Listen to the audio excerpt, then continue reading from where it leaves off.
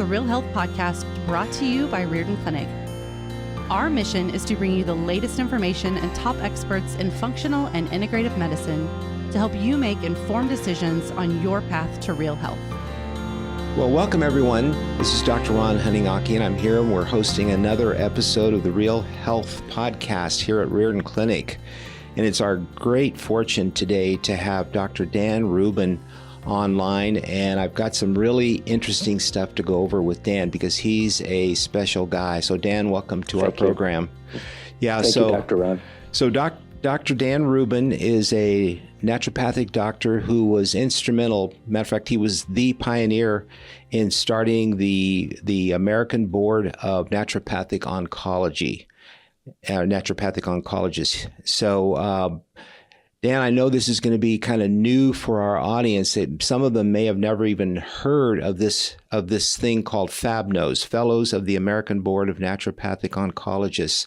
Yeah. Could you tell us a little bit about your role in this? Kind of where I know as a naturopath, there's a naturopathic school process. Then what happened? And maybe what happened to you that kind of inspired you to go in this direction, and what is the importance of this to our fellow Americans and people around the world who are dealing with the rising tide of cancer in the world?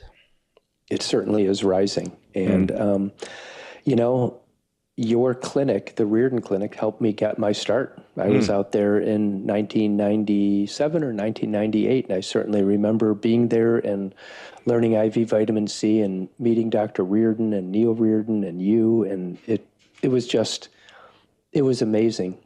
That was the late 90s. Wow. If you fast forward to the early 2000s when I found myself in private practice and was thinking, okay, well, I'm really focused in oncology. In fact, I'm specialized. I don't do anything else. But being in the state of Arizona and practicing there, I was unable to call myself a specialist because the state board prohibited that, unless you had some type of oversight by the board or some type of recognition, rather, by the board. So we thought, well, we really need to form a board specialty. Right. So we conjured in 2003, we conjured the idea of the Oncology Association of Naturopathic Physicians, the ONC-ANP.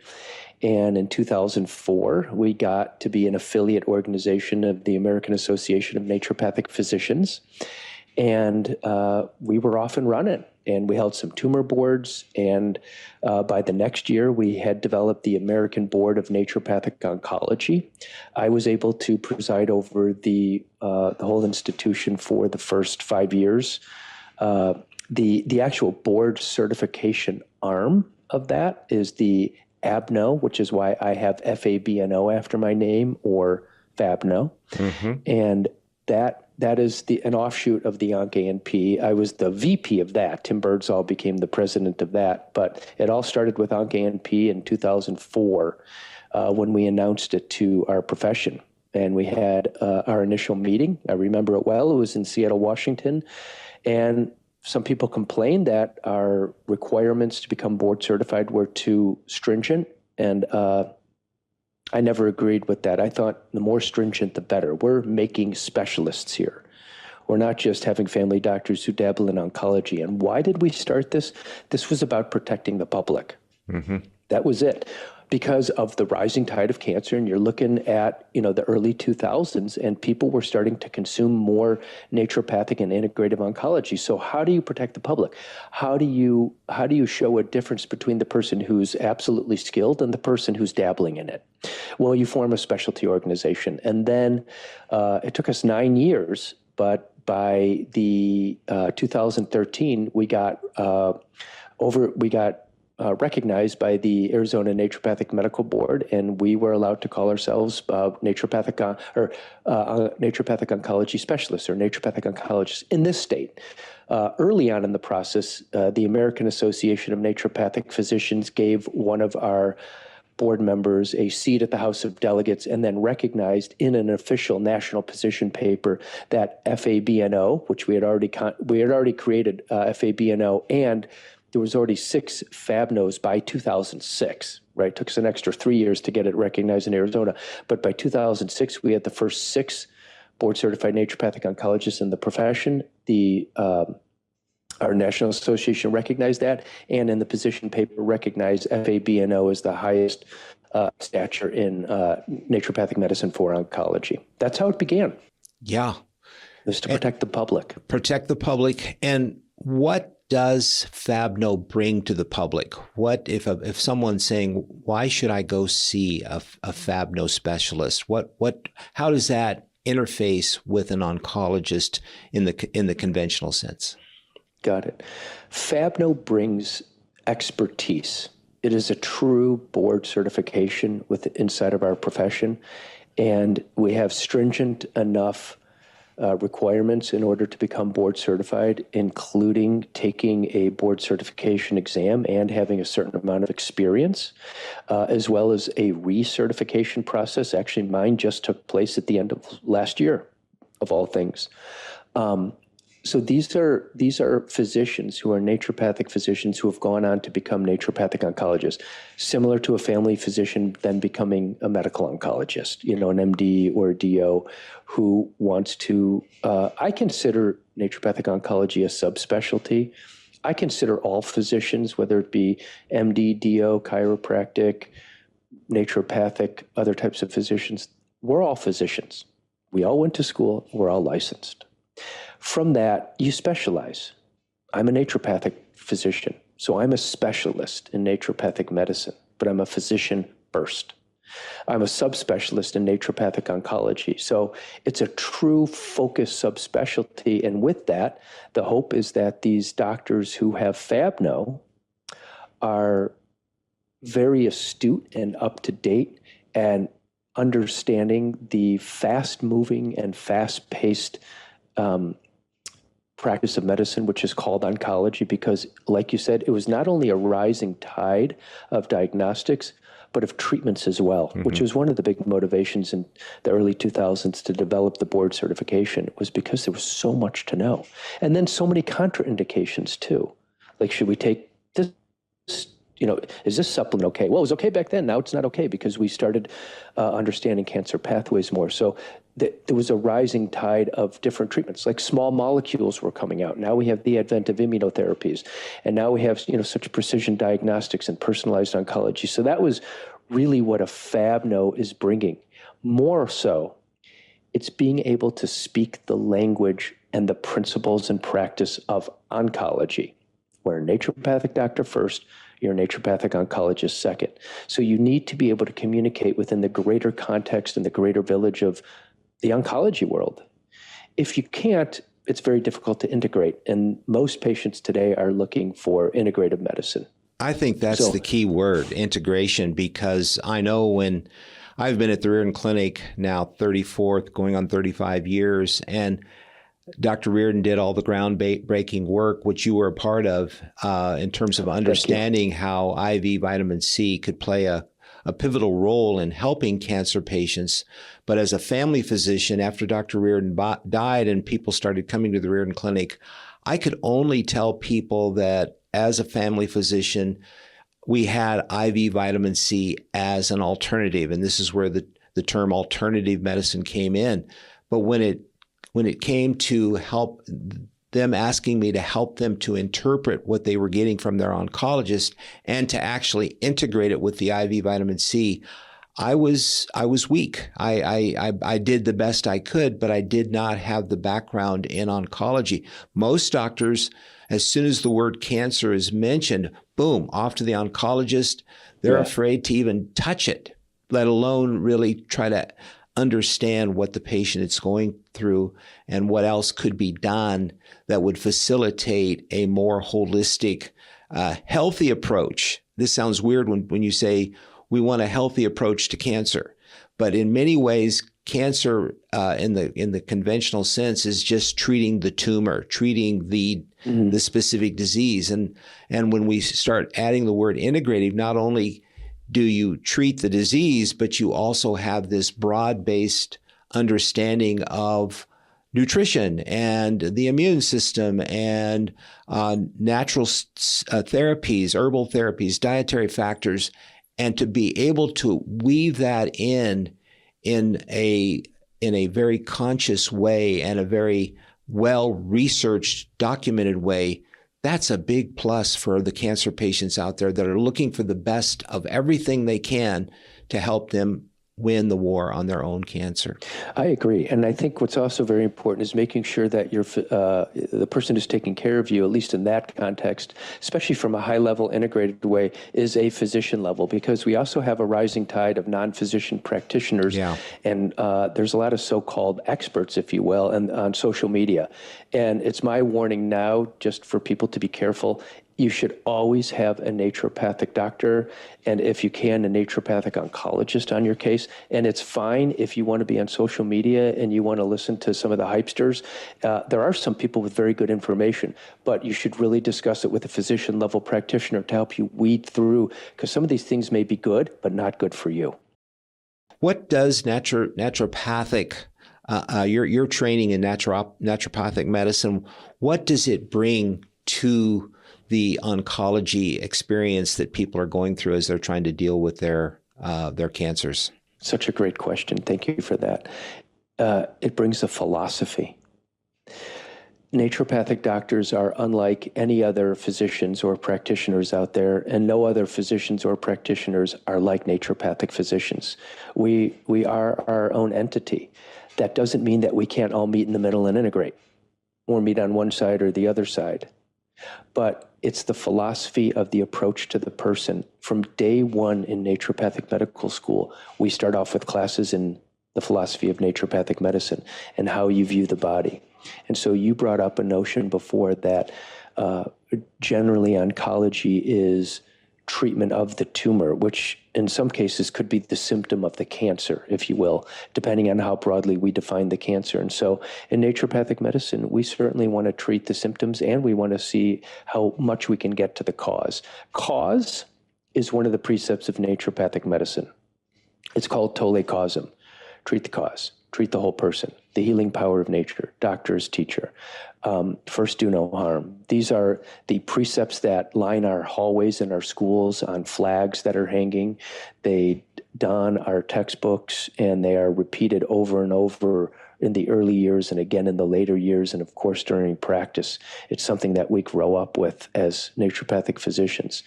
The cause, however, sometimes in naturopathic oncology, even if you treat the cause, it doesn't necessarily mean that the symptom goes away. Certain cells are clones of cells. And if, let's say, stress for some reason, magnitudes of stress, whether it be occupational, financial, familial, physical, electrogeophysiological, different types of stress, if you change your job, get out of a bad relationship, fix relationships with your kids per se, move to a different longitude and latitude, and go off grid, that doesn't necessarily mean that the tumor that was caused from that multitude of stressors is now going to go away. It certainly helps. So treating the cause helps matter, but it doesn't necessarily create a cure. So that there's a differentiation in that, because it's different than a skin rash. Yeah. Right? We know that sometimes in kids, ear infections may be caused by a sensitivity to dairy. You take away the dairy, it gets better. It's not necessarily the case when somebody has an established clone of cells in their body. Yeah. One of the big areas in conventional oncology is immune therapies. And what's interesting that when you start thinking about the immune system, and it is a specialized way that certain treatments are used to stimulate the immune system, but the immune system is something that we all need to be but taking care of in order to be just healthy. But it especially becomes a factor in a cancer situation. And when you say, okay, well, how do you improve the immune system? This to me is kind of like one of the essences of naturopathic medicine. That's a fundamental part of the healing system of the body. And if you can strengthen the immune system using diet, using exercise, getting the right kinds of sleep, all these things that we assume that we know, but maybe we don't know enough about it when it comes to dealing with the situation of cancer. And so I'm asking, how have you brought this dimension into your practice as a naturopathic oncologist? How do you help patients focus on their immune system and what they can do to make it better? I don't know that you realize that you just asked a gigantic question. Sorry. I'm going to sit back and I am going to answer this in Wow. a lovingly way, because this is exactly what I'm engaged in right Wow. now. Yeah. You know me from almost 30 years ago, Dr. Ron. Yeah. And you know that Neil Riordan and I had founded Aiden Clinic together, which was absolutely based on immunotherapy, right, and technologies that you and Neil's father, Dr. Hugh, had founded and worked on at the center during the RECNAC project back in the 90s. It was purely, I think it was 89 to 99 that you guys had that project. That's exactly right. One of those projects was a dendritic cell therapy. Dendritic cell therapy has been used for over 30 years. And we had a clinic, Aiden Cancer Treatment Center, Aiden Clinic, whatever you want to call it. And we were using dendritic cell therapies. That was in the late 90s, early 2000s. Well, the immune system is your first and your last defense against cancer. And it's important. It's also important to know that, as Candace Pert said, your immune system can hear everything that you think. Right. It is indeed your only mobile, true nucleated tissue. It communicates with all other tissues directly, not just by soluble mediators that are thrust into the blood and floating around, but a white blood cell can go into another tissue and talk to it, communicate with it. So it's important that they have the right messages that they're delivering. The dendritic cell pathway, the dendritic cell is truly the general of the immune system. It is the thing that needs to educate the rest of the immune system. So if a tumor grows in the body, a cancer grows in the body, even one, or of course multiple, there is a downregulation or some type of failure of the true biophysiological immune response. Right. It didn't work the way that it was supposed to, period. So how do you fix that? Well, by doing this integrative medicine, by reducing neural inflammation, by looking at markers in the blood and trying to optimize the person's biophysiology, changing their diet, getting them exercising, like you said, getting them sleeping, improving the circulatory flow, improving their electrical flow.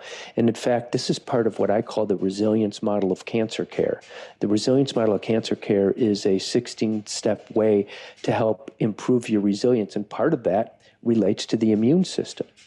But you asked about how do we really deal with the immune system. Well, you see nowadays in conventional oncology, immunotherapy is incredibly popularized. Sometimes I think to a fault, in that there is a reliance on these immunotherapies, even though quite often they don't work. And they don't work because some of the markers that are required for these what are called checkpoint inhibitors are just simply not there. Sometimes you get lucky, but sometimes it just doesn't work. And these checkpoint inhibitors are essentially relieving the body, or relieving the T cells' stress so that they can go and attack the cancer cells. There's also things like CAR T cell or certain bispecific antibodies. Bispecific antibodies are a new class of drugs which actually have two mechanisms of action. They use one part of their molecule to grab on, like Velcro, to a cancer cell, and the other part of their molecule, like Velcro, to grab onto the T cell. And essentially, this molecule approximates the T cell, which is the immune cell, and the cancer cell, and says, look here, look what we have. Why? Because the T cell was not recognizing the cancer cell. Why wasn't it? Because the dendritic cell didn't function properly to be able to go educate the T cell on what to do. What does this all mean? It's the same thing with those checkpoint inhibitors. You can relieve the stress that cancer cells put on T cells via these checkpoint inhibitors. For those of you out there who are familiar, it's something called PD-L1. But if the T cell isn't educated on what it's really supposed to do, they're just not going to work as well overall. So that's where dendritic cells come in. Dendritic cells seek out tumors. They grab tumors, they eat them, they eat cancer cells. They they derive information about those cancers, very important, immunologically relevant information. And then they literally go give a PowerPoint presentation to the T cells, and the T cells go, oh, these are the things that I'm supposed to look for. Oh, there's one there, there's one there. And all of a sudden you have a great immune attack because these T cells form an army specifically designed around the information delivered by the dendritic cell.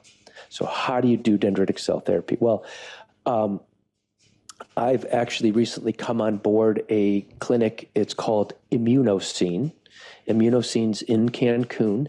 It's all US-based technology. In fact, Immunoscene has a US venture where they're doing clinical trials, quite amazing fast-track clinical trials here in the United States. But in Cancun, people with solid tumors have access to this true dendritic cell therapy. It's very, very different than any other dendritic cell of the past. Why? Because in the past, all other treatment centers were what's called single loading dendritic cells. They were taking information from the cancer cell and they were only loading it into one little area of the dendritic cell. That's not how regular biology works. Regular biology dictates that the dendritic cell must receive information in two different places. One's called MHC class 1, the other's called MHC class 2. We know that's how biology works. Once that information is loaded into the dendritic cell in the two locations, the dendritic cell goes through highly significant changes and is highly available to now very much educate. This is a very attuned professor now that you then put back in the body. So in order to do dendritic cell therapy, you need a piece of the tumor because you need something to educate the dendritic cells on, and then you need the person's cells. It's a piece of the tumor from the person's body, so you need a new biopsy. And then you need lots and lots of white blood cells. And those white blood cells and the tumor are commingled in a lab, and they get converted into dendritic cells. And these cells are then put back in the body with an interventional radiologist under ultrasound guidance. And these cells are placed in right next to nearby lymph nodes. And then you let the immune system do what it was designed to do by whatever way you think it was designed. That's how it works. And Immunoscene are they're the ones, Dr. Halpert and his crew over at Baylor College of Medicine about 12 years ago were the ones who discovered this double loading and brought it to clinical medicine. Dr. Matt Halpert is the one who brought forth the U.S. venture and put together Immunoscene, and I'm just proud to be a part of this. I am director of Integrative Oncology and director of Integrative Oncology Development. So we are doing amazing things with the immune system, highly evolved immunotherapy that gets back to our very prehistoric roots. We now have the technology to follow true biology. Imagine that. And I'm just so happy to be part of this because it truly is my first love, and it's our first and last defense. That's why you asked a very big question. Yeah. So we can do it at the levels of, even neuropsychological therapy that may reduce neuroinflammation in the brain can help attune the immune system and have it pay more attention to the cancer, all the way up to this technological, immune therapy development in the clinic. There's a spectrum. What comes to my mind is the word orchestration, in the sense that a cancer patient is trying to figure out what the heck do I do? And there are as you mentioned, there are so many, all kinds of alternative, nutritional, and medical things that they have to try to decipher.